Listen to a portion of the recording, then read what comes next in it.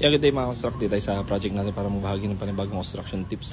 Yan, bali kung makikita nyo, meron tayo dito medyo malaking wall opening. So pagka ganyang meron tayong malalaking opening, hanggat maaari is maglalagay tayo ng lintel beam. Ayan, kung makikita nyo, ayan yung lintel beam natin. So ang purpose kasi ng lintel beam is para maiwasan din natin yung masyadong paglundo ng header. Kasi pag header ang ginamit natin, lulundo yan katagalan. For the meantime, okay yan. Pero pag tagal, lulundo yan. Ang tendency nun is may hirapan yung pagbukas ng pinto at bintana. Mapapansin nyo yun. So, kakayasan pa, mawawala sa alignment. Then, isa pa prone din sa cracking, yung ating balls, yung nando sa may ibabaw ng wall opening. And, prone din siya sa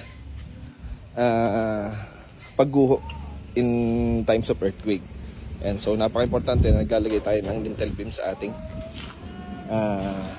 wall opening. And so yun na po muna share natin yan. This is Engineer Barlan sharing another construction tips.